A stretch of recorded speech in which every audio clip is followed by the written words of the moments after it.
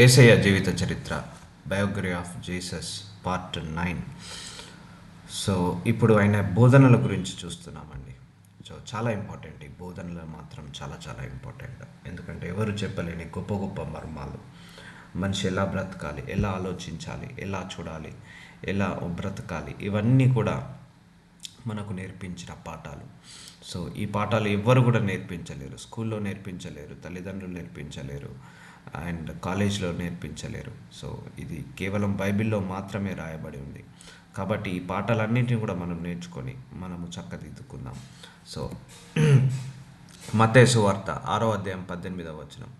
అప్పుడు రహస్యమందు చూచుచున్న నీ తండ్రి నీకు ప్రతిఫలమిచ్చును. సో దేవుడు నిన్న మాట్లాడాడు, రహస్యంగా పెట్టమంటున్నాడు, నీ చారిటీ రహస్యంగా పెట్టమంటున్నాడు, నీ ప్రార్థన రహస్యంగా పెట్టమంటున్నాడు, నీ ఉపవాసము రహస్యంగా పెట్టమంటున్నాడు, నీ యొక్క ధర్మ కార్యాలు, నీతి కార్యాలు రహస్యంగా పెట్టమంటున్నాడు. అప్పుడు రహస్యమందున్న చూచు నీ తండ్రి నీకేమిస్తాడట? ప్రతిఫలం ఇస్తాడట. సో భూమి మీద మీ కొరకు ధనము కూర్చుకొనవద్దు, ఇక్కడ చిమ్మటయు తుప్పును తినివేయును, దొంగలు కన్నము వేసి దొంగిలిద్దరు. సో భూమి మీద నువ్వు ఎంత సంపాదించినా ఏదో ఒక రోజు వాటి అన్నిటిని వదిలేసి వెళ్ళాల్సిందే. నువ్వు సంపాదించిన సంపాదన, నువ్వు సంపాదించిన ధనము, నువ్వు సంపాదించిన ఆస్తి, నువ్వు సంపాదించిన మంచి పేరు, ఘనత, ఇవన్నీ కూడా ఇక్కడ వదిలేసి వెళ్ళాల్సిందే. నువ్వు 10 మందికి పేదవాళ్ళకు నువ్వు ఆదుకున్నావు, అప్పుడు పరలోకంలో నీ యొక్క ధనము పెరుగుతుంటుంది. నువ్వు 10 మంది ఆత్మలను రక్షించావు, అప్పుడు నీ పరలోకంలో ధనము పెరుగుతుంటుంది. సో ఆ ధనాన్ని మాత్రం ఎవరు కొట్టలేరు అంటున్నారు, ఎవరు దొంగలించలేరు అంటున్నారు. సో అదే భూలోకంలో మీరు ధనము కూర్చుకునవద్దు, ఇక్కడ చిమ్మటయ్యు తుప్పు పట్టొచ్చు, తినివేయును, పురుగులు తినొచ్చు, తుప్పి పట్టిపోడొచ్చు, దొంగలు కన్నము వేసి దొంగలించవచ్చు. సో భూలోక ధ్వనము. అదే పరలోకము మందు మీ కొరకు ధనము కూర్చుకొనుడి, అక్కడ చిమ్మట తుప్పైనను దాన్ని తినివేయదు, దొంగలు కన్నము వేసి దొంగిలేరు. నీ ధనం ఎక్కడుండునో అక్కడే నీ హృదయం ఉండును. సో మన హృదయం యేసయ్య మీదనే ఉండాలి, ధనం మీద ఉండకూడదు, ఐశ్వర్యం మీద ఉండకూడదు. సో ఉండాలి, ధనం ఉండాలి, ఆస్తి ఉండాలి, అంతస్తు ఉండాలి, ఫోన్ ఉండాలి, కారు ఉండాలి, తిరగడానికి బైక్ ఉండాలి, అన్నీ ఉండాలి. కానీ నీ మనసు మాత్రం యేసయ్య మీదనే ఉండాలి, వాటి మీద ఉండకూడదు. సో ఇక్కడ నువ్వు పరలోకంలో ధనము నీకు సమకూర్చుకోమని దేవుడు చెప్తున్నాడు. సో మనం దీని గురించి ప్రార్థించాలి. అప్పుడు నువ్వు ఆత్మలు సంపాదించే శక్తి నీకు రావచ్చు, లేకపోతే దేవుడి కార్యాలు చేసే శక్తి నీకు రావచ్చు. 10 మందికి సాయం చేసావు అనుకో, అప్పుడు నీకు పరలోకంలో నీ ధనము పెరుగుతుంటుంది, నీ ర్యాంకింగ్ పెరుగుతుంటుంది. 10 మంది పేదవాళ్ళకు నువ్వు భోజనం పెట్టావు, అప్పుడు పరలోకమందు నీ నీ యొక్క ఆస్తి పెరుగుతుంటుంది, నీ ర్యాంకింగ్ పెరుగుతుంటుంది. కాబట్టి ఎక్కువ ధర్మ కార్యాలు చేయడం, నీతి కార్యాలు చేయడం, చారిటీస్ చేయడం, దైవ నశించిపోతున్న ఆత్మలను రక్షించాలని చేయడం, ఇవన్నీ చేసినప్పుడు దేవుడు నీకు పరలోక ధనాన్ని స్థిరపరుస్తాడు. సో పరలోకంలో ధనం పెరిగిన కొద్దీ నీకు భూలోకంలో కూడా పెరుగుతుంటుంది. సో కాబట్టి నీ మనసు పరలోక సంబంధమైన వాటి మీద పెట్టుకోవాలి, భూలోక సంబంధమైన వాటి మీద కాకుండా. ఎంతసేపు ప్రార్థన చేసుకోవాలి, బైబిల్ చదువుకోవాలి, లేకపోతే ఎలా ఆత్మలను కాపాడాలి, నశించిపోతున్న ఆత్మలను ఎలా మన మినిస్ట్రీకి కనెక్ట్ చేయాలి.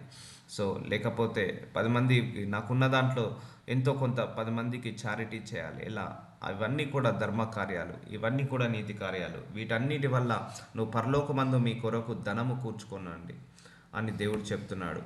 దేహం నాకు దీపము కన్నే గనక నీ కన్ను తేటగా ఉండిన ఎడల నీ దేహమంతయు వెలుగుమయమై ఉండును. సో ఇప్పుడు దేహం గురించి దేవుడు మాట్లాడుతున్నాడు. సో నిన్నటి వరకు ఉపవాస ప్రార్థన, ఆయన ప్రార్థన రహస్యం అనే వాటి మీద గురించి మాట్లాడాడు. సో మన దేహమునకట దీపము కన్నట. సో అంటే నీ కన్ను ఎప్పుడు కూడా చెడు చూడకూడదు.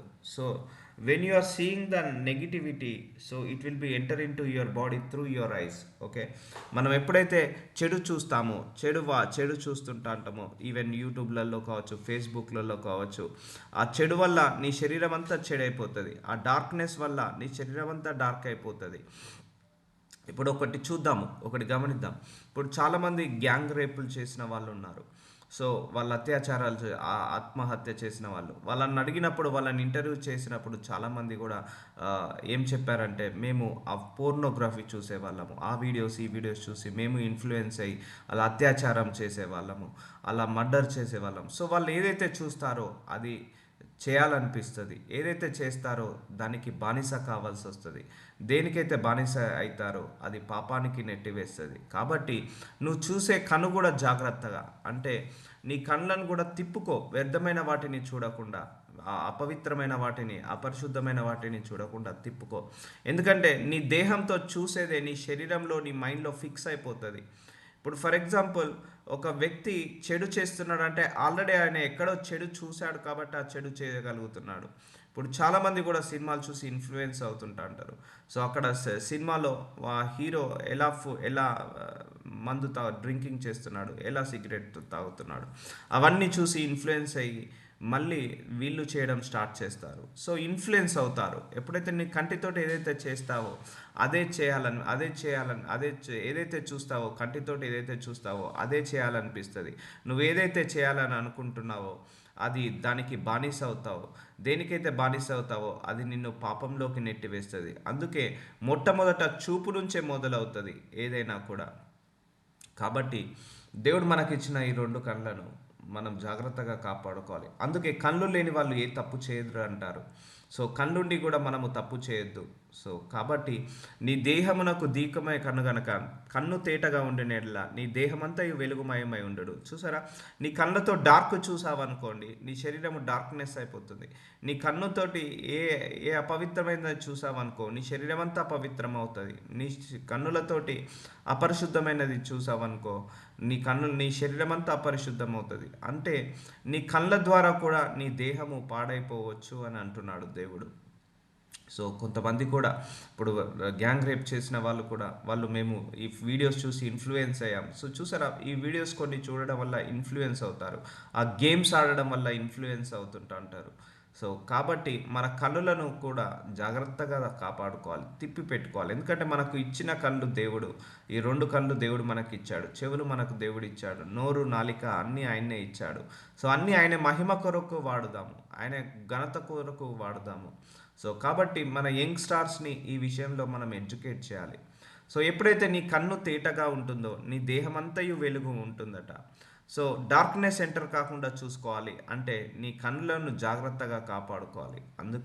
అందుకే దావీదు ఒక మాట అంటాడు, నా వ్యర్థమైన వాటిని నా కన్నులను చూడకుండా తిప్పు ప్రభు అంటాడు. సో అది ఇంపార్టెంట్ అండి. ఇప్పుడు దావీదు కూడా రాజు అవుతాడు, మంచి పేరు ఘనత వచ్చింది, ధనము ఐశ్వర్యం వచ్చిన తర్వాత తను ఒక మేడగదికి ఎక్కుతాడు. సో బాల్కనీకి వెళ్ళి ఒక స్త్రీ స్నానం చేస్తుంటే చూసి అక్కడ ఇన్ఫ్లుయెన్స్ అయ్యి ఆ స్త్రీతో పాపంలో పడిపోతాడు. దాని ద్వారా తను రాజ్యాన్ని కోల్పోతాడు. చూసారా, చూడడం వల్ల ఎంత ఇంపార్టెంటో. సో చూసిన తర్వాత తనకు ఆశ పెరుగుతుంది, చూసిన తర్వాత తనకు చేయాలనే ఆశ పెరిగింది, చేసిన తర్వాత పాపంలో పడిపోయాడు. ఆ పాపంలో పడిపోవడం వల్ల తను చాలా కోల్పోతాడు. చూసారా, అదే చూడడం ఆపేసి ఉంటే అవన్నీ స్టేజెస్ వచ్చేది కాదు. అందుకే మనం ఏదైతే చూస్తామో అది ఇన్ఫ్లుయెన్స్ అవుతాము. వాటికి మనం బానిస కావాలండి. ఇప్పుడు డ్రగ్స్ తీసుకునే వాళ్ళు కూడా ఒకరు తాగుతుంటే ఎలా తాగుతున్నారో చూసి వీళ్ళు ఇన్ఫ్లుయెన్స్ అవుతారు. అలాగే ఆల్కహాల్ తాగే వాళ్ళు కూడా ఇతరులు ఎలా తాగుతున్నారో చూసి ఇన్ఫ్లుయెన్స్ అవుతారు. సిగరెట్ కూడా ఎలా స్టైల్గా తాగాలో చూసి ఇన్ఫ్లుయెన్స్ అయ్యి వీళ్ళు కూడా తాగుతుంటారు కొంతమంది. సో ఇవన్నీ కూడా చూడడం ద్వారానే మొదలవుతుంటాయి. కాబట్టి నువ్వు చూసే చూపులు జాగ్రత్తగా ఉంచుకోమంటున్నాడు దేవుడు. నీ కన్ను చెడునైతే నీ దేహమంతయు చీకటిమై ఉండును. చూసారా, కళ్ళ ద్వారానే నీకు ప్రాబ్లం వస్తుంది.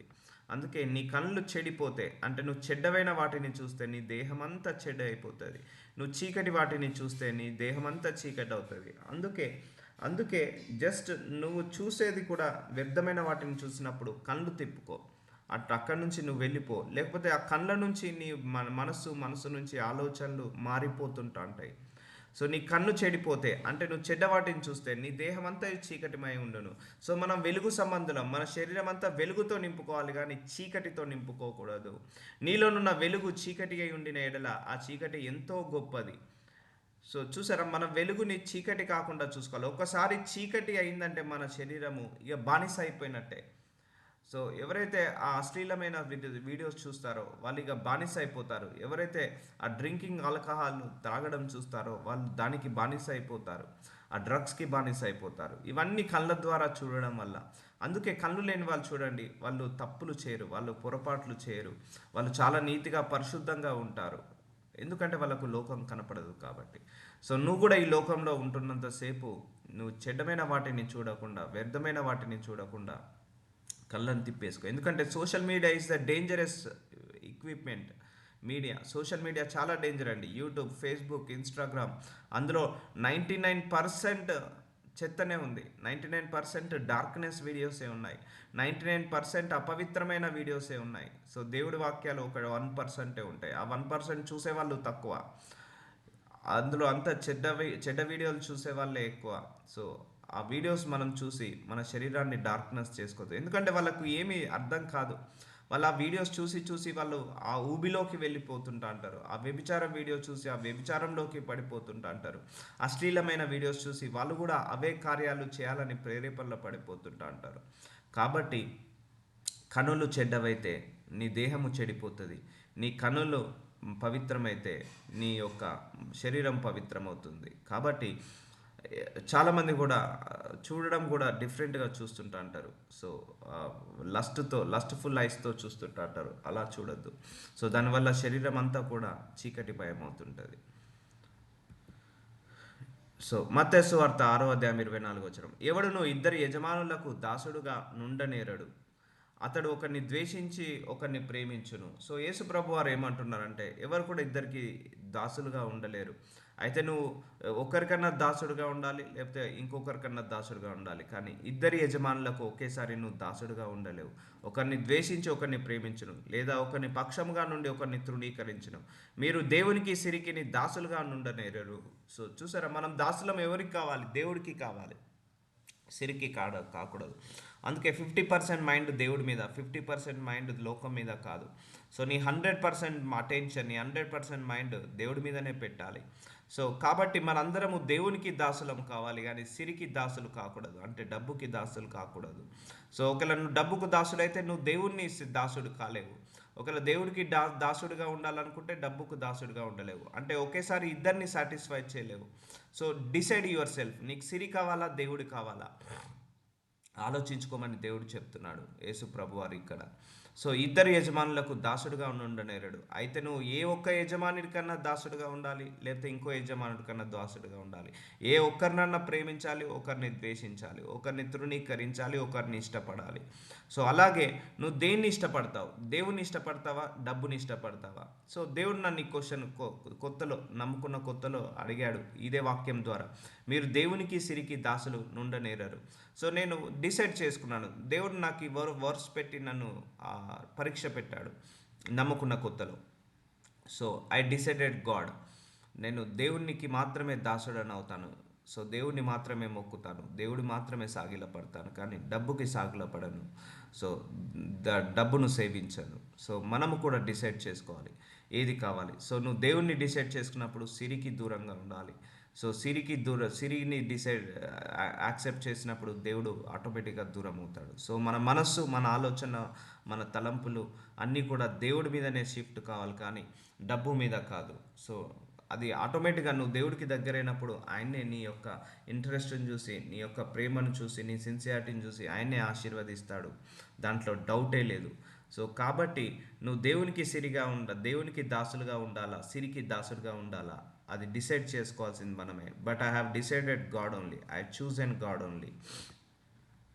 అందువలన నేను మీతో చెప్పినదైనగా, ఏమి తిందుమో ఏమి త్రాగుదమో అని మీ ప్రాణమును గూర్చినను, ఏమి ధరించుదుమో అని నీ దేహమును గూర్చినను చింతింపకూడి. చింత మనందరికి కూడా ఉన్న ఒక కామన్ క్వాలిటీ చింత. మన ఊహ తెలిసినప్పటి నుంచి మనము మరణించే వరకు కూడా మనకేదో చింతలండి. మనిషి జీవితం అంటే ఎన్నో కష్టాలు, ఎన్నో అవమానాలు, ఎన్నో నిందలు, ఎన్నో చింతలు, ఎన్నో బాధలు, ఎన్నో ఇరుకులు, ఎన్నో ఇబ్బందులు, ఎన్నో సమస్యలు, ఎన్నో పోరాటాలు, ఎన్నో యుద్ధాలు. ఒక మనిషి జీవితము 80% ఇవే ఉంటాయి. ఒక 10-20% సంతోషం ఉంటుంది. సో అవన్నీ కూడా నువ్వు చింతించకు. వచ్చేది వస్తుంది, పోయేది పోతుంది, ఉండేది ఉంటుంది, లేనిది లేవుతుంది. సో దేని గురించి చింతింపకూడి. సో మనకు చింత ఎక్కువగా ఉంటుంది అందరిలో కూడా. జాబ్ వస్తే ఒక చింత, రాకపోతే ఒక చింత, పెళ్ళైతే ఒక చింత, కాకపోతే ఒక చింత, గర్భఫలం వస్తే ఒక చింత, రాకపోతే ఒక చింత, వచ్చిన తర్వాత వస్తే ఇలాంటి పిల్లలు పుట్టారు, ఇలాంటి భర్త దొరికాడు, ఇలాంటి అత్తమామ దొరికింది, ఇలాంటి జాబు, ఇలాంటి మేనేజర్, ఇంత శాలరీ, ఇవన్నీ కూడా అది దేవుడు చింతించమంటున్నాడా? లేదు, చింతించమనట్లేదు. ఒకవేళ నీకు ఎక్కడైతే ఇరుకు ఇబ్బంది ఉందో అక్కడ ప్రేయర్ చేసుకో. చింతించడం ఆపేసి ప్రార్థించడం మొదలు పెట్టంటాడు ఎప్పుడైనా కూడా. సో నువ్వు చింతించడం దేవుడి చిత్తమా అపవాది చిత్తమా? అపవాది చిత్తము. నువ్వు చింతిస్తున్నావు అంటే నువ్వు ప్రార్థన జీవితానికి దూరం అవుతున్నట్టు. నువ్వు ప్రార్థన జీవితానికి దగ్గర అవుతున్నావు అంటే నీ యావత్ చింత దూరం అవుతున్నట్టు. సో ప్రార్థనతో నీ చింతలన్నిటిని కూడా జయించుకో. అందుకే ఏమి తిందుమో ఏమి త్రాగుదుమో అని మీ ప్రాణమును గూర్చేయనను, ఏమి ధరించుకుందుమో అని మీ దేహమును గూర్చేయనను చింతింపకుడి. సో ఏమి తినాలి, ఏమి త్రాగాలి, ఏమి వేసుకోవాలి, రేపు భవిష్యత్తు ఎలా ఉంటుంది, పిల్లలకు భవిష్యత్తు ఎలా ఉంటుంది, మన భవిష్యత్తు ఎలా ఉంటుంది, వృద్ధాప్యంలో ఎలా ఉంటాము. సో ఇవన్నీ కూడా మనిషికి భయాలు, ఆందోళనలు, చింతలు, విచారణలు ఎన్నో ఉంటాయి. కానీ దేవుడు ఏమంటున్నాడు? అది చింతించకండి అని అంటున్నాడు. సో ఇది సాధ్యం అంటారా? సో ప్రార్థించాలి. ఒకసారి యేసయ్య చెప్పిండంటే అంతే. ఒకవేళ నీకు ఏ విషయంలో చింత వస్తుందో ప్రార్థించుకో. అయ్యా నాకు ఈ విషయంలో చింత వస్తుంది, ఆ చింత యావత్తును తీసే ప్రభువా, వ్రేళ్లతో సహా తీసే ప్రభువా అని ప్రార్థించినప్పుడు దేవుడు నీకు ఆ విషయంలో చింతించడం ఆపేస్తాడు, చింతించడం స్టాప్ చేస్తాడు. సో మనం అలా ప్రార్థించుకొని జయించాలి. వస్తుంటాయి నాకు కూడా అనేకమైన చింతలు, మినిస్ట్రీ గురించి, ఫ్యామిలీ గురించి, జాబ్ గురించి, ఫైనాన్సెస్ గురించి ఎన్నో వస్తుంటా ఉంటాయి. అయ్యా నాకైతే ఇవన్నీ వద్దు నాయనా, నీకే సబ్మిట్ చేస్తున్నాను, మీరే వాటిని హ్యాండిల్ చేయండి. నేనైతే హ్యాండిల్ చేసే శక్తి లేదు, లేదా హ్యాండిల్ చేయడానికి జ్ఞానం ఇవ్వండి, కానీ చింతించే మనస్సుని నా శరీరంలో నుంచి తీసివేయి ప్రభు అని ప్రార్థిస్తాను. సో అప్పుడు దేవుడు నేను ఏ విషయంలో అయితే చింతిస్తున్నానో దాని గురించి దేవుడు ఆ చింతను తీసివేస్తాడు. సో ఇక్కడ నీకు చింత పెట్టేది ఎవరు? అపవాది పెడుతున్నాడు. నువ్వు చింత పెడుతున్నాడు అంటే నిన్ను అనుమానంలోకి నెట్టివేస్తున్నాడు, అవిశ్వాసంలోకి నెట్టివేస్తున్నాడు. చింత ఎప్పుడు వస్తుంది? దేవుడి మీద నమ్మకం లేనప్పుడు, దేవుడి మీద విశ్వాసం లేనప్పుడు. చింత ఎప్పుడు వస్తుంది? దేవుడి మీద మనకు అల్ప విశ్వాసం పెరిగినప్పుడు, అవిశ్వాసం పెరిగినప్పుడు ఈ చింత అనేది మొదలవుతుంది. సో ఎప్పుడైతే విశ్వాసులు చింతించరు అంటే ధైర్యంగా ఉంటారు, వాళ్ళకు తెలుసు దేవుడు ఏదైనా కార్యం చేస్తారని. సో అక్కడ నీ చింత మొదలవుతుంది, భయము, ఆందోళన మొదలవుతుంది. అంటే అక్కడ అపవాది నిన్ను ట్రాప్ పెడుతున్నట్టు. ఆకాశ పక్షులను చూడుడి, అవి విత్తవు కొయ్యవు. సో యేసు ప్రభు వారు అంటున్నారు, సో ఆకాశ పక్షులను సృష్టించింది నేనే, మిమ్మల్ని సృష్టించింది నేనే, ప్రతి జీవ జంతువులన్నిటిని సృష్టించింది నేనే. సో ఈ భూలోకంలో ఏ జంతువు కూడా ఆహారం కోసం కష్టపడదండి, ఒక మనిషి తప్పించి. ఇక ఏ జంతువు కూడా, ఆకాశ పక్షులు కావచ్చు, సింహము, పులు, అడవి జంతువులు కావచ్చు, సముద్రంలో ఉన్న చేపలు కావచ్చు, ఏది కూడా కష్టపడదు. బై డిఫాల్ట్గా 3 పూటల భోజనాన్ని దేవుడు వాటికి ఇస్తున్నాడు. ఒక మనిషి ఒక్కడే ఏం చేస్తున్నాడు? కష్టపడి పని చేసుకొని తినాల్సి వస్తుంది. అది శాపంలాగా మారిపోయింది. లేకపోతే ఏదైనా తోటలో దేవుడు ఆదాము హవ్వను పెట్టి అన్ని ఇచ్చేశాడు, ఫ్రూట్స్ని ఇచ్చాడు, వెజిటేబుల్స్ని ఇచ్చేశాడు, అండ్ ఫలాలను, వృక్షాలను అన్నిటిని ఇచ్చేశాడు. ఇక మీరు తిని ఎంజాయ్ చేయండి అని దేవుడు ఇచ్చేశాడు. కానీ అక్కడ అక్కడ తగులుకున్న శాపము ఇంకా ఇంకా ఇంకా మొదలవుతూనే ఉంది, ఇంకా కంటిన్యూ అవుతూనే ఉంది. సో ఆకాశ పక్షులను అవి విత్తవు కోయవు, కోట్లలో కూర్చుకోవవు. ఆకాశ పక్షులు ఏవి కూడా కష్టపడవండి. ఆకాశ పక్షులు కాదు, ఏ జంతువు కూడా కష్టపడవు ఆహారం కొరకు, ఆయనను మీ పరలోకపు తండ్రి వాటిని పోషించుచున్నాడు. చూసారా, ప్రతిరోజు ఇన్ని కోట్ల జీవరాశులు, అనేక అడవి మృగాలను, అనేక ఆకాశ పక్షులను, సముద్రంలో ఉన్న చేపలను అన్నిటిని కూడా, కొన్ని కోట్ల జీవరాశులకు దేవుడు ప్రతిరోజు ఫుడ్ పెట్టి పెంచుతున్నాడు. వాటికంటే మీరు బహుశ్రేష్ఠులు కారా? సో వాటినే తండ్రి పోషిస్తున్నప్పుడు ఆకాశ పక్షుల కంటే, అడవి జంతువుల కంటే మీరు తండ్రికి ఇంకా శ్రేష్ఠులు కారా? మీరు ముఖ్యులు కారా? మీరు ఇంపార్టెంట్ కారా? అందుకే మీ తండ్రి మిమ్మల్ని పోషిస్తాడు, అన్ని విషయాలలో అన్ని రకాలుగా పోషిస్తాడు.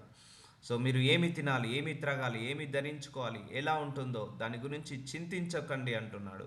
సో ఆయనకు సర్వము తెలుసు. సో నీ చింత యావత్తును తీసివేయమని ప్రార్థించండి, దేవుడు ఆ యావత్తు చింతను తీసివేస్తాడు. సో మనము ఆకాశ పక్షుల కంటే శ్రేష్ఠులము కాదా? వాటికి బహుగా వాటికంటే బహుశ్రేష్ఠులు కారా అని అంటున్నాడు. సో మనల్ని ఆకాశ పక్షుల కంటే ఎక్కువగానే కదా మనల్ని దేవుడు చూసేది. సో అంటే వాటికంటే ఇంపార్టెన్స్ మనకు ఎక్కువ ఇస్తాడు దేవుడు. కాబట్టి మనకు ఏమి తినాలో, ఏమి త్రాగాలో మీరు చింతించకండి అని అంటున్నాడు. ఏ విషయంలో చింతించకండి, అన్ని దేవుడు చూసుకుంటాడు, అన్ని దేవుడు పోషిస్తాడు, పెంచుతాడని దేవుడు చెప్తున్నాడు. మీలో దేవుడు చింతించడం వలన తన ఎత్తు మూరెడు ఎక్కువ చేసుకొనగలడా?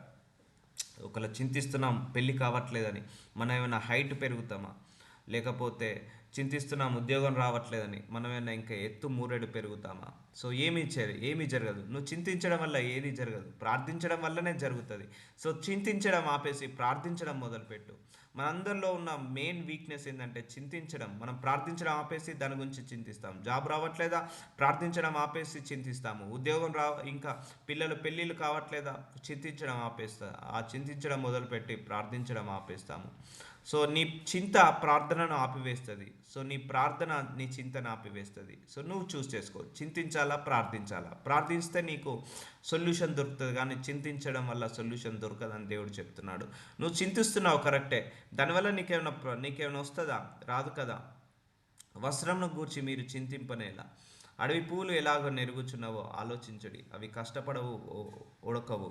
సో వస్త్రాల గురించి, ఫుడ్ గురించి, పిల్లల భవిష్యత్తు గురించి నువ్వు చింతించకు, ప్రార్థించడం అంటున్నారు. ఆయనను తన సమస్త వైభవంతో కూడిన సొలొమోను సైతం వీటిలో ఒకదానినైనను అలంకరింపబడలేదు. నేనుండి రేపు పోయిలో వేయబడిన అడవి గడ్డిని దేవుడు ఇలాగ అలంకరించినట్లా, అల్ప విశ్వాసులారా, మీకు మరీ నిశ్చయంగా వస్త్రములు ధరింపజేయును కదా. సో ఇక్కడ అడవి పూలకే అంత మంచి అందమైన రూపాన్ని ఇస్తున్నాడు. అడవి పూలకు, ఆ చెట్లకే అంత మంచి వస్త్రాలను దేవుడిస్తున్నాడు, కలర్ఫుల్ వస్త్రాలను ఇస్తున్నాడు. ఆకాశ పక్షులను ఆయన పెంచి పోషిస్తున్నాడు. సో మీరు అంతకంటే శ్రేష్ఠులు కారా, అల్ప విశ్వాసులారా, ఇది తీసేసుకోవాలి. సో అయ్యా, నాలో అల్ప విశ్వాసం ఉందయ్యా, అల్ప విశ్వాసాన్ని తీసివేయమని ప్రార్థించండి. దేవుడు అల్ప విశ్వాసాన్ని తీస్తారు. మరి మీకు నిశ్చయంగా వస్త్రములు ధరింపజేయను కదా. సో ఆ అడవి పూలకే అంత మంచి కలర్ఫుల్ వస్త్రాలు ఇచ్చిన దేవుడు నీకు వస్త్రాలు ఇవ్వలేడా? సో ప్రే ఫర్ ఇట్ అయ్యా. అయ్యా, నాలో ఉన్న చింతను తీసేసి నాకు మంచి ధనము, ధాన్యము, అష్టైశ్వర్యముతో, సంతోషము, ఆనందంతో, ధనైశ్వర్యంతో నన్ను తృప్తిపరచమని ప్రార్థిస్తున్నాను. ప్రార్థించండి, దేవుడు తప్పకుండా చేస్తాడు. ఎందుకంటే ఆయన చిత్తము నువ్వు ఆశీర్వదించబడడం, ఆయన చిత్తము నువ్వు ప్రాస్పారిటీ చూడడం, ఆయన చిత్తము నువ్వు మంచిగా ఉండడము, ఆనందంగా సంతోషంగా ఉండడం ఆయన చిత్తము. సో వాటిని మనం నెరవేర్చాలి. అల్ప విశ్వాసులారా అంటున్నాడు. సో అల్ప విశ్వాసంలో ఉండొద్దు అని అంటున్నాడు. సో మనందరం శరీరంలో రక్త మాంసంలో ఉన్నాము. అల్ప విశ్వాసం బై డిఫాల్ట్గా వచ్చేస్తుంటుంది. ప్రార్థించినప్పుడు వాటన్నిటిని జయించవచ్చు. సో దేవుడే అంటున్నాడు కదా, ఆకాశ పక్షుల కంటే మీరు శ్రేష్ఠులు కదా, వాటినే పెంచి పోషిస్తున్నాను. ఆ యొక్క అడవిలో పెరిగే ఆ గడ్డి పువ్వులలో అంత అందాన్ని నేను ఇస్తున్నాను, అంత అంత ఏంటిది అలంకరణ ఇస్తున్నాను. మీకు ఎన్ని నేను తక్కువ చేస్తాను అంటున్నాడు. సో వాటిని చూసుకున్న దేవుడను నేనే, మిమ్మల్ని చూసుకునే దేవుడను కూడా నేనే.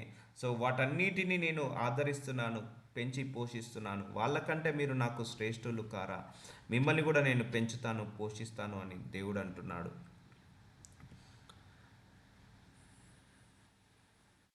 సో కాబట్టి ఏమి తిందుమో, ఏమి త్రాగుదమో, ఏమి ధరించుకుందుమో అని చింతింపకుడి. అన్యజనులు వీటన్నిటి విషయమే విచారింతురు. సో అన్యజనులు వీటన్నిటి గురించి విచారిస్తారట. సో మనము మాత్రం చింతించాల్సిన అవసరం లేదు. ఏమి తినాలి, ఏమి త్రాగాలి, ఏమి ఇల్లు కట్టుకోవాలి, ఎలా అవుతుంది భవిష్యత్తు, ఇవన్నీ కూడా నువ్వు చింతించాల్సిన అవసరం లేదు. ఇవన్నీ మీకు కావాలనని మీ పరలోకపు తండ్రికి తెలియను. చూసారా, మనకేమేమి కావాలి? ఉద్యోగం కావాలా, వీసా కావాలా, లేకపోతే కారు కావాలా, బంగ్లా కావాలా, లేకపోతే ఆత్మీయ జీవితంలో ఎదగాలా, లేకపోతే మంచి నార్మల్ రిపోర్ట్స్ రావాలా, అన్నీ కూడా ఆయనకు తెలుసు. సో చింతించకు, నీకేం కావాలో ప్రార్థించుకో, అడిగి పొందుకునే వరకు అడుగుతూనే ఉండు, అలసిపోకుండా, సొలిసిపోకుండా. అండ్ మనం ఏంటిదంటే దేవుని ఎప్పుడైనా అడగడానికి మొహమాట పడద్దండి, అలసిపోవద్దండి దేవుని అడగడానికి. నువ్వు 2 నెలల నుంచి అడుగుతున్నావు, ఆయన పని కావట్లేదా, ఈ నెల కూడా అడుగు, ఈ నెలను ఆయన ద్వారాలు ఓపెన్ చేస్తాడు. ఎందుకు పని కావట్లేదు అంటే నీలో అల్ప విశ్వాసం ఎక్కడ ఉంది. అందుకే ఆ అల్ప విశ్వాసాన్ని తీసేసి నీలో విశ్వాసం పెరిగిన తర్వాత నీ ఆశీర్వాదాన్ని ఆయన పొందుకునేలాగా చేస్తాడు. కాబట్టి అన్నీ ఆయనకు తెలుసును. మన పరలోక తండ్రికి అన్నీ తెలుసండి, నువ్వు అడగాల్సిన అవసరం కూడా లేదు. కాకపోతే అడుగుడు నీకు ఇవ్వబడును అన్నాడు. సో ప్రార్థించుకోమన్నాడు. సో ప్రార్థించుకున్నప్పుడు నువ్వు వాటన్నిటిని పొందుకుంటావు. కాబట్టి ఆయనకు అన్నీ తెలుసు. కాబట్టి నువ్వు దేని గురించి మాత్రము చింతించకని అంటున్నాడు. అయ్యో పిల్లల భవిష్యత్తు ఎలా ఉంటుందో, అయ్యా పిల్లల జీవితం ఎలా ఉంటుందో, అయ్యో నా జీవితం ఎలా ఉంటుందో, నా జాబ్ ఎలా ఉంటుందో, నేను నా వస్త్రాలు ఎలా ఉంటాయో, నా తినే ఆహారం ఉంటుందా లేదా. సో దేని గురించి చింతించకూడి, సో అన్నిటి గురించి ప్రార్థించండి అని దేవుడు చెప్తున్నాడు. ఆయనకు అన్నీ తెలుసు. కాబట్టి మీరు ఆయన రాజ్యమును, నీతిని మొదట వెతుకుడి, అప్పుడు అన్నీ మీకు అనుగ్రహింపబడును. సో నువ్వు వెతకాల్సింది అన్నాన్ని కాదు, నువ్వు వెతకాల్సింది వస్త్రాలను కాదు, నువ్వు వెతకాల్సింది ప్రాస్పారిటీని కాదు, నువ్వు వెతకాల్సింది ఆశీర్వాదాలను కాదు. నువ్వు వెతకాల్సింది లోక సంబంధమైన వాటిని కాదు, మొట్టమొదట ఆయన నీతిని, ఆయన రాజ్యాన్ని వెతకమంటున్నాడు. అప్పుడు మీకు అప్పుడు అప్పుడు అవన్నీ చూసారా, అప్పుడు అవన్నీ మీకు అనుగ్రహింపబడును అని అంటున్నాడు. సో కాబట్టి మొట్టమొదట ఆయన నీతిని, రాజ్యాన్ని. సో ఆయన వాక్యం ఏంటిది, ఆయన ప్రార్థన ఏంటిది, ఆయనను ఆరాధించడం, స్తుతించడం. నీ కష్టాల్లో కూడా ఆయనను ఆరాధించు, స్తుతించు, ప్రార్థించు, వాక్యం చదువుకో. నీ ప్రార్థనలకు జవాబు రాకపోయినా కూడా ఆయనతో రిలేషన్, సహవాసాన్ని నువ్వు వెంబడించడం మానివేయకు. సో ఏ పరిస్థితిలో ఉన్నా ఆయనను వెంబడించడం మానివేయకు, ఏ స్థితిలో ఉన్నా ఆయనను వెంబడించడం మానివేయకు. ఆయన నీతిని, ఆయన రాజ్యాన్ని వెతకడం ఆపివేయకు. ఎంత బిజీగా ఉన్నా, ఎంత కష్టంగా ఉన్నా. సో అప్పుడు మీకు అవన్నీ అనుగ్రహించను. సో బోనస్గా ఇవ్వబడతాయి. సో నువ్వు వెంబడించాల్సింది ఎవరిని, దేవుణ్ణి, ఆశీర్వాదాలను కాదు. సో అందుకే నువ్వు ఎప్పుడైనా దేవుణ్ణి వెంబడించాలి, కానీ ఆశీర్వాదాలను వెంబడించద్దు. రేపటి గూర్చి చింతింపకుడి, రేపటి దినము దాని సంగతులను గూర్చి చింతించును. ఏనాటి కీడు ఆనాటికి చాలును. సో చూసారా, మనం ప్రతిరోజు మార్నింగ్ లేవగానే అయ్యా ఈరోజు నాకు సక్సెస్ని ఇవ్వండి, ఈరోజు నాకు విక్టరీని ఇవ్వండి, ఈరోజు నాకు ఆశీర్వాదాన్ని ఇవ్వండి, ఈరోజు నాకు బలాన్ని ఇవ్వండి, ఈరోజు నా పట్ల, నా కుటుంబం పట్ల ఎలాంటి అపవాది క్రియలున్నా వాటన్నిటిని తీసివేయి ప్రభువా అని నేను చాలా సందర్భాల్లో ప్రార్థించాను. సో ఈ రోజు గురించి నువ్వు ప్రార్థించుకో. మేబీ ఈరోజే నీ లైఫ్ చేంజ్ కావచ్చు, ఈరోజే నీకు టర్నింగ్ పాయింట్ రావచ్చు, ఈరోజే నీకు గుడ్ న్యూసెస్ రావచ్చు, ఈరోజే నీ జీవితంలో సక్సెస్ కావచ్చు. సో రేపటి గురించి ఎందుకు, స్టార్ట్ ఫ్రమ్ టుడే. అయ్యా ఈ రోజు నుంచే నన్ను, ఈ క్షణం నుంచే నన్ను ఆశీర్వదించడం మొదలుపెట్టు. అయ్యా thank you so much for giving me this day. Please make this day as a special day, wonderful day, happy day, healthy day, wealthy day, successful day, work pressureless day, financial blessings day. And ఈ రోజే నాకు దయచేయి ప్రభు అని ప్రార్థించు. So today only, forget about yesterday, forget about tomorrow. So రేపటి గురించి, నిన్నటి గురించి మర్చిపో, ఈరోజు గురించి ప్రార్థించుకో. అయ్యా ఈరోజు నాకు మంచిగా దినదిన ఆహారాన్ని దయచేయండి, ఈరోజు నేను, నా కుటుంబం శోధనలో పడకుండా ఆపివేయనైనా, ఈరోజు మాకు అన్ని రకాలుగా, అన్ని రంగాలుగా ఆశీర్వదించండి, ఈరోజు మాకు శక్తినివ్వండి, ఈరోజు మాకు బలాన్ని ఇవ్వండి. మళ్ళీ రేపు లేవగానే మళ్ళీ అయ్యా ఈరోజు మాకు ఇచ్చినందుకు వందనాలు, ఈరోజు మాకు సంతోషాన్ని ఇవ్వండి, సక్సెస్ ఇవ్వండి అని అడగండి. ఈరోజు today's I'm blessed day, today's I'm healed day, today's my testimony day, today's my blessing day, today is my testimony day. So అలా ఈరోజు గురించే ప్రార్థించండి, రేపటి గురించి కాదు. సో ఎందుకంటే ఈరోజే మేబీ దేవుడు కరుణిస్తే నీ విశ్వాసాన్ని చూసి ఈరోజే నిన్ను ఆస్తికర్తగా చేయొచ్చు, ఈరోజే నీ కష్టాలన్నీ తీసివేయచ్చు, ఈరోజే నీ కన్నీళ్లు తుడిచివేయచ్చు, ఈరోజే నీ సమస్యలన్నిటికీ పరిష్కారం దొరకవచ్చు. అందుకే రేపటి గురించి చింతింపకూడి. సో నువ్వు చాలామంది చేసేది అంతే, అందరూ అదే, భవిష్యత్తు గురించి భయపడుతుంటారు, గతాన్ని తలుచుకొని బాధపడుతుంటారు. ఒకటండి, గతంలో చాలా డిజాస్టర్స్ ఉండొచ్చు, చాలా ఫెయిల్యూర్స్ ఉండొచ్చు, చాలా రిజెక్షన్స్ ఉండొచ్చు, చాలా అవమానాలు, నిందలు ఉండొచ్చు. ఆ గతాన్ని తలుచుకొని బాధపడద్దు, భవిష్యత్తును తలుచుకొని భయపడద్దు. సో నువ్వు ఈరోజు చేసే పనిని బట్టే రేపు నీ యొక్క లైఫ్ డిసైడ్ అవుతుంది. ఈరోజు మంచిగా ఉండు, రేపు నీ జీవితం బాగుంటుంది. ఈరోజు ఎవరైనా మర్డర్ చేశారనుకోండి, రేపు జైల్లోకి వెళ్ళిపోతారు. ఈరోజు ఏమైనా మంచి కార్యం చేశారనుకోండి, దాని ప్రతిఫలం రేపు పొందుకుంటారు. అంటే మనము ఈ క్షణము, ఈరోజు ఈ క్షణము, ఈ గడియ చేసే పనిని బట్టే మన నెక్స్ట్ గడియ, నెక్స్ట్ క్షణము, నెక్స్ట్ రోజు వాటిని బట్టే డిసైడ్ అవుతుంటుంది. ఈరోజు మనం మంచి చేస్తే రేపు మంచి జరుగుతుంది, ఈరోజు చెడు చేస్తే రేపు చెడు జరుగుతుంది. సో ఈరోజు గురించే నువ్వు ఆలోచించు. ఈరోజు నీకు దేవుడు అప్పచెప్పిన పని, ఈ దేవుడు అప్పచెప్పిన పరిచర్య ఎలా చేయాలి, లేకపోతే దేవుడిచ్చిన పనిని, ఈరోజు ఆఫీస్ పని కావచ్చు, కుటుంబ పని కావచ్చు, కుటుంబ బాధ్యతలు కావచ్చు, ఈరోజు ఏమి చేయాలి, ఏమి వండుకోవాలి, ఎలా ఉండాలి. సో ఈ రోజు గురించి ఆలోచించు, రేపటి గురించి నువ్వు ఆలోచించకంటున్నాడు. రేపటి సంగతులు రేపు చూసుకుందాంలే, మళ్ళీ రేపు వస్తుంది కదా, అప్పుడు చూసుకుందాం. ఈరోజు నీకు దేవుడు ఏ పని అప్పచెప్పాడు, మినిస్ట్రీయా, అది సక్రమంగా చేయి, లేకపోతే పిల్లలను పెంచడమా, సక్రమంగా చేయి, ఉద్యోగమా, సక్రమంగా చేయి. ఈరోజు నువ్వు మంచిగా కష్టపడి పనిచేస్తే రేపు నీకు ప్రతిఫలం ఉంటుంది. ఈరోజు ఈరోజు నువ్వు తీసుకునే నిర్ణయము నీ భవిష్యత్తు మీద ఆధారపడి ఉంటుంది. కాబట్టి today you always think about today it self only. ఈ గడియ గురించి ఆలోచించు. రేపు ఏం జరుగుతుందో మనకు తెలియదు, రేపు ఉందో లేదో తెలియదు మన క్యాలెండర్లో. అందుకే ఏనాటి కీడు ఆనాటికే చాలును. So don't worry about tomorrow అని అంటున్నాడు. రేపటి గురించి మాత్రం వర్రీ కాకండి, చింతించకండి. రేపటి దినం సంగతులను దాన్ని దాచును, ఏనాటి కీడు ఆనాటిదే చాలును. సో ఈ రోజు గురించే నువ్వు ఆలోచించుకో, ఈ రోజు గురించే నువ్వు ప్రార్థించుకో. అయ్యా టుడే నాకు ఈరోజే నన్ను ఆశీర్వదించు నాయనా, ఈరోజే నాకు సక్సెస్ ఇవ్వు నాయనా, ఈరోజే నాకు విక్టరీని ఇవ్వు నాయనా, ఈరోజే నన్ను స్వస్థతపరచు నాయనా. నేను ప్రార్థిస్తుండగా ఈ గడియలోనే నన్ను స్వస్థతపరచు నాయనా. ఈ రోజు గురించి ప్రార్థించండి. రేపు అనే వర్డ్ ఎప్పుడు కూడా వాడదండి. రేపు అంటే ఇక రేపే అయిపోతుంది. మళ్ళీ రేపు రేపు రేపు అయ్యా రేపు ఆశీర్వదించు అని అనద్దు. ఈరోజే ఆశీర్వదించనాలి, ఇప్పుడే ఆశీర్వదించమని అనాలి. మళ్ళీ రేపు రాగానే మళ్ళీ రేపు అంటే యూఆర్ పోస్ట్ పోనింగ్ యువర్ బ్లెస్సింగ్. అయ్యా నన్ను రేపు ఆశీర్వదించు ప్రభు అని ఎవరన్నా ప్రార్థిస్తారా? సరే రేపు వచ్చింది, అయ్యా రేపు నన్ను ఆశీర్వదించు. So you are postponing your blessing tomorrow. So రేపటికి నీ ఆశీర్వాదాన్ని పోస్ట్ పోన్ చేసుకుంటున్నావు. మళ్ళీ రేపు వచ్చిన తర్వాత మళ్ళీ రేపటికి నువ్వు ఆశీర్వాదానికి పోస్ట్ పోన్ చేసుకుంటున్నావు. ఎల్లుండికి మళ్ళీ ఎల్లుండి వచ్చిన తర్వాత ఎల్లుండికి నీ ఆశీర్వాదాన్ని పోస్ట్ పోన్ చేసుకుంటున్నావు. సో కాబట్టి నీ ప్రార్థన, అయ్యా ఇప్పుడే నన్ను స్వస్థతపరచు, ఇప్పుడే నన్ను ఆశీర్వదించు, ఇప్పుడే నాకు జాబ్నివ్వు, ఇప్పుడే నన్ను ఆనందపరచు, ఇప్పుడే నాకు సాక్ష్యం ఇవ్వు, ఇప్పుడే ఈ క్షణమే ఈ గడియ గురించి నువ్వు ఎప్పుడైతే ప్రార్థన చేస్తున్నావో అదే గడియలో నేను సాక్ష్యం పొందుకోవాలని ప్రార్థించు. అంతేగాని రేపు రేపు నేను గొప్పవాడిని కావాలి, రేపు నన్ను ఆశీర్వదించు. రేపు అనేది it's kind of post phone. So రేపు అనేది రేపే అని అంటారు. అంటే ఇక రేపు tomorrow is always tomorrow only, today is always today, now is always now. So ఈ గడియనే రేపు అనేది రేపే, ఈరోజు అనేది ఈరోజే. సో కాబట్టి ఈరోజే నేను ఆశీర్వదించాలని ప్రార్థించు, అప్పుడు దేవుడు నిన్ను కరుణిస్తాడు. సో ఈరోజు గురించి ఆలోచించు, రేపటి గురించి ఆలోచించకు. ఈరోజు సమస్య ఉంది, నిన్ను వెంటాడుతుంది, ఆ సమస్య ఈరోజే తొలగిపోవాలని ప్రార్థించు, దేవుడు తీసివేస్తాడు. సో మన వే ఆఫ్ థింకింగ్ అంతా ఎక్కువ ఫ్యూచర్ మీద ఉంటుందండి. మన మైండ్ సెట్ కరెంటు వాటి మీద మనం మనసు పెట్టాం ఎప్పుడైనా కూడా, భవిష్యత్ వాటి మీద మనసు పెడుతుంటా అంటాం. సో నీ కరెంట్ లైఫ్ బాగుంటేనే నీ భవిష్యత్తు బాగుంటుంది. నువ్వు ఈరోజు తీసుకునే మన నిర్ణయాల మీద మన భవిష్యత్తు ఆధారపడి ఉంటుంది. మనం ఈరోజు చేసే పనుల మీదనే మన భవిష్యత్తు ఆధారపడి ఉంటుంది. మనం ఇవి చేసే నీతి కార్యాలు, ధర్మ కార్యాలు, ఈరోజు చేసే పని మీదనే మన భవిష్యత్తు అనేది డిసైడ్ అవుతుంటుంది. సో కాబట్టి రేపటి గురించి అందరూ మర్చిపోండి అండ్ ఈరోజు గురించి ఆలోచించండి అని ప్రార్థించగలరు. అందుకే మార్నింగ్ లేవగానే today is my success day, today is my victory day, today is my blessing day, today is my testimony day, today is my healing day, today is my all kind of blessings day, today is my prosperity day, today is my happy and healthy and wealthy day అని ఈ రోజు గురించే ప్రార్థించండి. మళ్ళీ రేపు రాగానే మళ్ళీ today is my blessing day, today is my financial break through day, today is my testimony day. అలా ప్రతిరోజు కూడా నువ్వు ప్రవచించుకోవాలి, నీ దినం గురించి ప్రవచించుకోవాలి, ఆ 24 అవర్స్ గురించి ప్రార్థించుకోవాలి.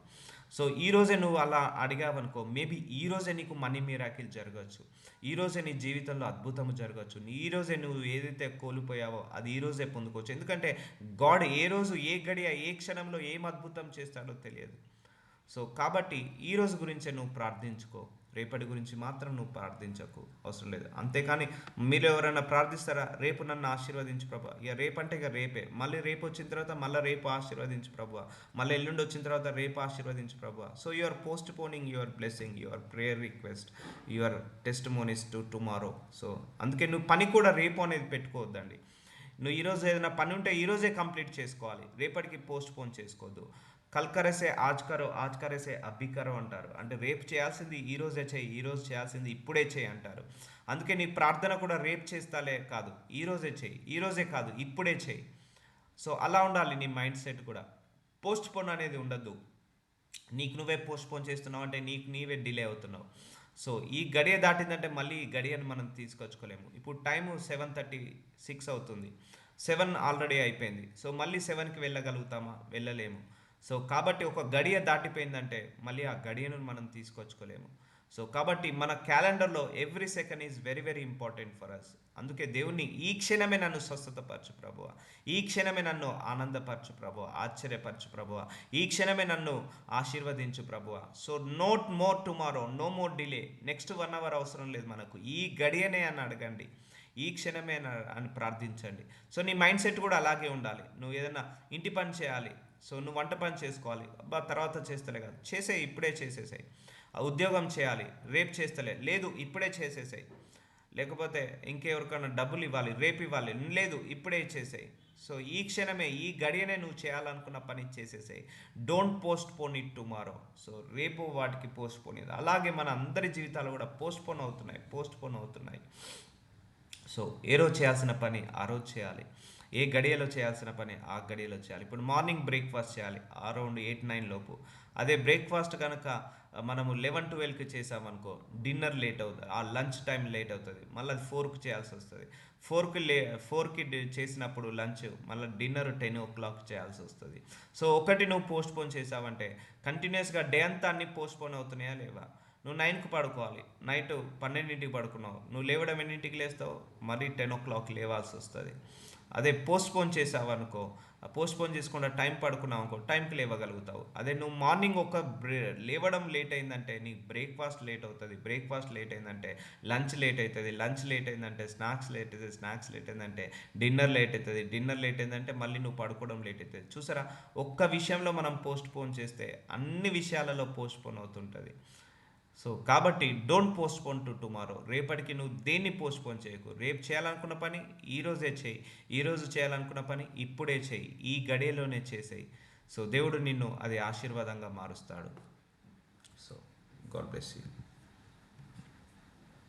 నజరుడనేసయ్య, thank you so much my lord. గొప్ప గొప్ప సంగతులను మాకు దయచేశావు. దేని గురించి చింతించకన్నావు, రేపటి గురించి ఆలోచించకన్నావు. అయ్యా మీరు వాక్యంలో ఇన్ని మంచి బోధనలు చెప్పారయ్యా, కానీ వీటికి విరుద్ధంగా మేము తెలుసో తెలియకుండా నడుచుకున్నాము.